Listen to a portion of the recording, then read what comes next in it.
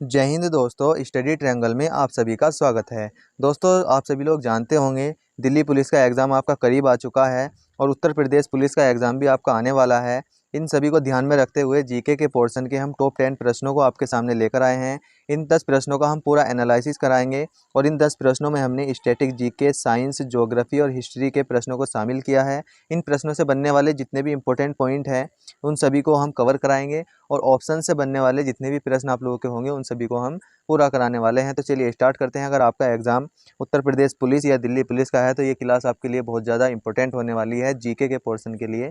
तो चलिए पहला प्रश्न आप लोगों के सामने है यहाँ पर, स्वामी विवेकानंद के जन्म का नाम क्या था? अगर स्वामी विवेकानंद की बात करते हैं तो आपके ऑप्शन हैं नरेंद्र नाथ दत्त, महेंद्र नाथ दत्त, सुरेंद्र नाथ दत्त या फिर नागेंद्र नाथ दत्त। तो इस प्रश्न का आपका राइट आंसर हो जाएगा दोस्तों ऑप्शन नंबर ए। स्वामी विवेकानंद के जो जन्म का नाम था या बचपन का नाम, इनको हम नरेंद्र नाथ दत्त के नाम से जानते हैं। अगर इसके जन्म की बात करते हैं, इनका जन्म कब हुआ था तो सन 12 जुलाई सन 1863 को इनका जन्म हुआ कोलकाता में। ये आप लोगों को याद रख लेना है। इससे संबंधित कुछ इंपॉर्टेंट जो बनने वाली है आप यहाँ पर देख सकते हैं। स्वामी विवेकानंद को जो स्वामी की उपाधि दी गई थी वो खेतड़ी के जो महाराज थे अजीत सिंह, इनके द्वारा इनको स्वामी की उपाधि दी गई थी। अगर यहाँ पर बात करते हैं तो आधुनिक भारत का निर्माता किसने कहा, तो सुभाष चंद्र बोस ने आधुनिक भारत का निर्माता स्वामी विवेकानंद को कहा था।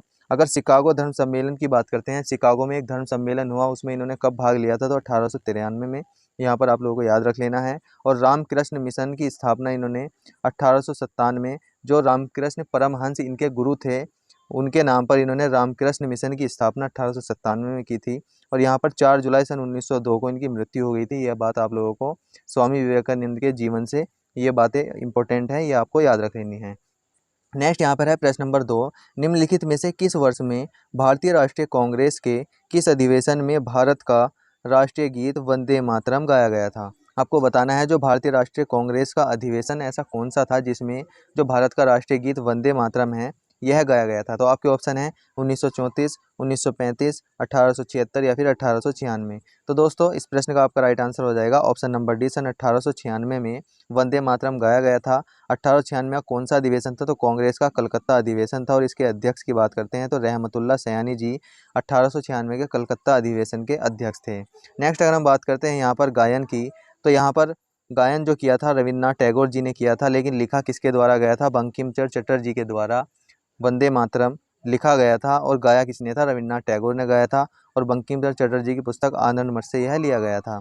अगर हम बात करते हैं यहाँ पर एक इंपॉर्टेंट बात आती है, ये तो हमारा राष्ट्रीय गीत था जो वंदे मातरम था, लेकिन राष्ट्रगान की बात करते हैं जो जन गण मन है, ये राष्ट्रगान लिखा भी गया और गाया भी गया रविन्द्रनाथ टैगोर के द्वारा। और कब? यहाँ पर 1911 का जो कलकत्ता अधिवेशन हुआ वहाँ पर राष्ट्रगान को पहली बार गाया गया। और 1911 के कलकत्ता अधिवेशन के जो अध्यक्ष थे वो पंडित विशन नारायण धर थे। ये आप लोगों को याद कर लेना है, बहुत ज़्यादा इंपॉर्टेंट पॉइंट है। नेक्स्ट अगर हम बात करते हैं प्रश्न नंबर 3 की, सिंधु जल समझौते के बाद भारत सिंधु नदी का कितना पानी उपयोग कर सकता है? आपके ऑप्शन है 20%, 12%, 10% या फिर 25%। तो दोस्तों सिंधु जल समझौते की अगर हम बात करते हैं तो आप यहाँ पर देख सकते हैं, इसका आपका राइट आंसर ऑप्शन नंबर ए हो जाएगा। भारत जो है सिंधु नदी का जो जल है वो 20% ही यूज कर सकता है। जो सिंधु जल समझौता हुआ था वो सन 1960 में हुआ था। अगर हम बात करते हैं सिंधु जल समझौते की, तो भारत और पाकिस्तान के बीच यह समझौता हुआ और 1960 में विश्व बैंक के द्वारा इस समझौते को कराया गया। इस समझौते में क्या था दोस्तों, ये कुछ नदियां थी जैसे रावी, व्यास और सतलज। इन तीनों नदियों का पानी जो 80% यूज करेगा वो भारत करेगा और 20% जो यूज करेगा वो पाकिस्तान करेगा। लेकिन जो सिंधु नदी थी, सिंधु के साथ झेलम और चिनाब, इनका 80% पानी पाकिस्तान यूज करेगा और 20% पानी भारत यूज करेगा। ये सिंधु जल समझौते के अंदर हुआ था और विश्व बैंक के द्वारा ये समझौता कराया गया था। अगले प्रश्न पर चलते हैं, प्रश्न नंबर 4। यहाँ पर खाली स्थान है। एक पारंपरिक आदिवासी नृत्य है जो मुख्य रूप से झारखंड की महिलाओं के द्वारा खेती के मौसम में किया जाता है। झारखंड की जो महिलाएं हैं उनके द्वारा खेती के मौसम में ऐसा कौन सा नृत्य है जो किया जाता है? आपके ऑप्शन है वेरा नृत्य, यक्षगान नृत्य, घूमर नृत्य या फिर झूमर नृत्य। तो दोस्तों इस प्रश्न का आपका राइट आंसर हो जाएगा ऑप्शन नंबर सी, झूमर, जो कि झारखंड में होने वाला एक महिलाओं के द्वारा खेती के मौसम में किया जाता है। इसका राइट आंसर हो जाएगा ऑप्शन नंबर सी। अगर हम बात करते हैं प्रश्न नंबर 5 की, निम्नलिखित में से कौन सा त्यौहार वर्ष में एक ही समय पर नहीं मनाया जाता? जी हाँ दोस्तों, हमें यहाँ पर बताना है वर्ष में एक ही समय पर ऐसा कौन सा त्यौहार है जो नहीं मनाया जाता है। आपके ऑप्शन है बोनालू, लोहड़ी, मकर संक्रांति या फिर उत्तरायण। तो इस प्रश्न का आपका राइट आंसर हो जाएगा ऑप्शन नंबर ए, बोनालू, जो कि तेलंगाना का त्यौहार है। ये एक ही समय पर नहीं मनाया जाता। लेकिन अगर हम बात करते हैं लोहड़ी की, ये 14 जनवरी को मनाई जाती है, मकर संक्रांति भी 14 जनवरी को और उत्तरायण भी 14 जनवरी को, ये अलग अलग राज्य में मनाई जाती है।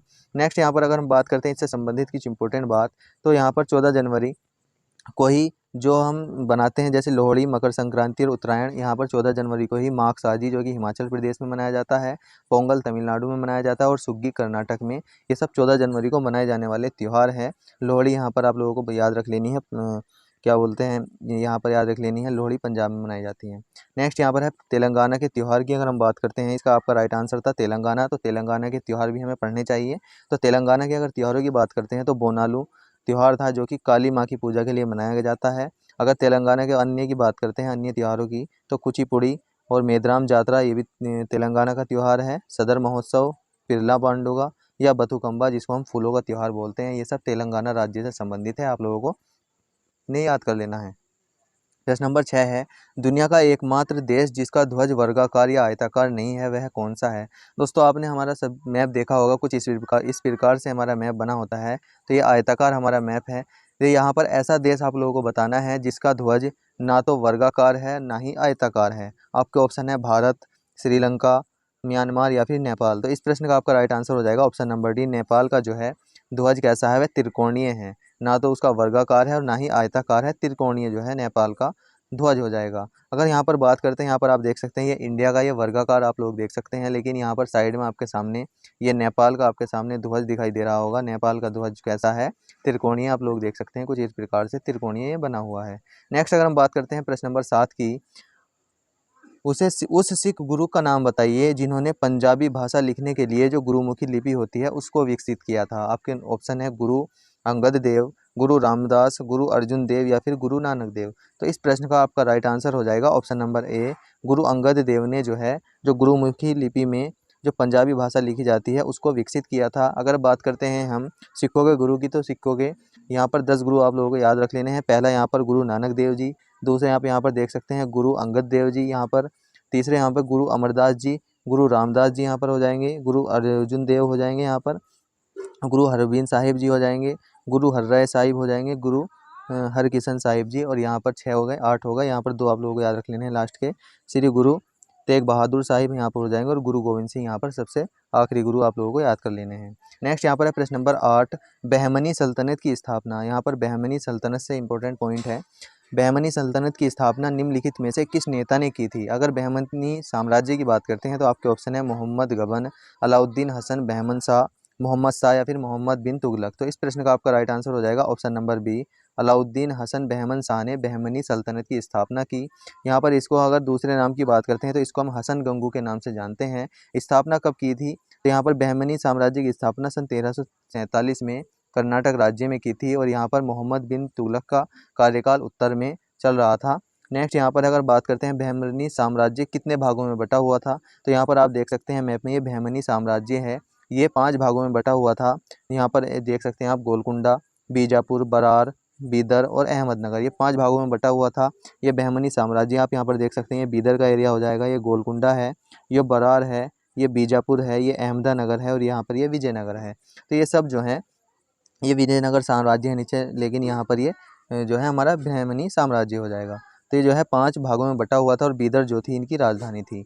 नेक्स्ट यहाँ पर है प्रश्न नंबर 9 आप लोगों के सामने, निम्नलिखित में से कौन विजयनगर साम्राज्य की राजधानियों में से एक थी। आपके ऑप्शन है चुनार, चंद्रगिरी, चौसा या फिर दिल्ली। तो दोस्तों विजयनगर जो साम्राज्य था उनकी कई सारी राजधानी थी, उनमें से आपको बताना है कि इनमें से कौन सी राजधानी है जो विजयनगर साम्राज्य की राजधानियों में से एक थी। तो इसका आपका राइट आंसर हो जाएगा ऑप्शन नंबर बी।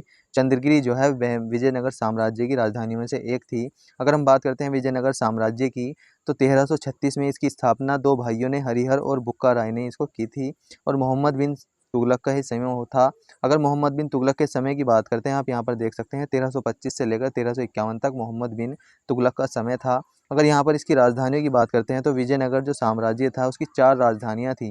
यहाँ पर पहली थी हम्पी जो कि कर्नाटक में है, 1336 में यह राजधानी जो है विजयनगर की हम्पी थी, लेकिन गोलकुंडा भी इसकी राजधानी थी, चंद्रगिरी थी और वेल्लोर थी। तो आपके ऑप्शन में यहाँ पर आप देख सकते हैं चंद्रगिरी था, तो इसका चंद्रगिरी आपका राइट आंसर हो गया था। तो यहाँ पर ये 4 राजधानी विजयनगर साम्राज्य से आप लोगों को याद रख लेनी है, कोई सी भी आपकी परीक्षा में पूछी जा सकती है। नेक्स्ट यहाँ पर है प्रश्न नंबर 10, जो कि आपका आज का आखिरी प्रश्न होगा। अगर आपको प्रश्न अच्छे लग रहे हैं तो हमें कमेंट बॉक्स में ज़रूर बताएं। अगर कोई गलती होती है तो वो भी आपको कमेंट बॉक्स में ज़रूर लिख कर बताना है।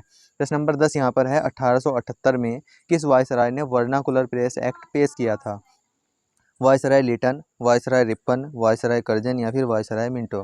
तो इस प्रश्न का आपका राइट आंसर हो जाएगा ऑप्शन नंबर ए, वायसराय रिटन ने जो है वर्नाकुलर प्रेस एक्ट को पेश किया था। अगर बात करते हैं ख़त्म करने की, तो यहाँ पर आप लोगों को याद रख लेना है, जो वायसराय कर्जन था इसने वर्नाकुलर जो प्रेस एक्ट था इसको क्या कर दिया था, ख़त्म कर दिया था। ये आप लोगों को इंपॉर्टेंट बात यहाँ पर याद कर लेनी है। तो दोस्तों ये 10 प्रश्न आपको कैसे लगे हैं कमेंट बॉक्स में लिखकर ज़रूर बताएं। अगर आपको क्लास अच्छी लगती है तो ज़्यादा से ज़्यादा शेयर करें और हमें सपोर्ट करें। और वीडियो को यहाँ तक देखने के लिए बहुत बहुत धन्यवाद। मिलते हैं अगले सेट में। जय हिंद।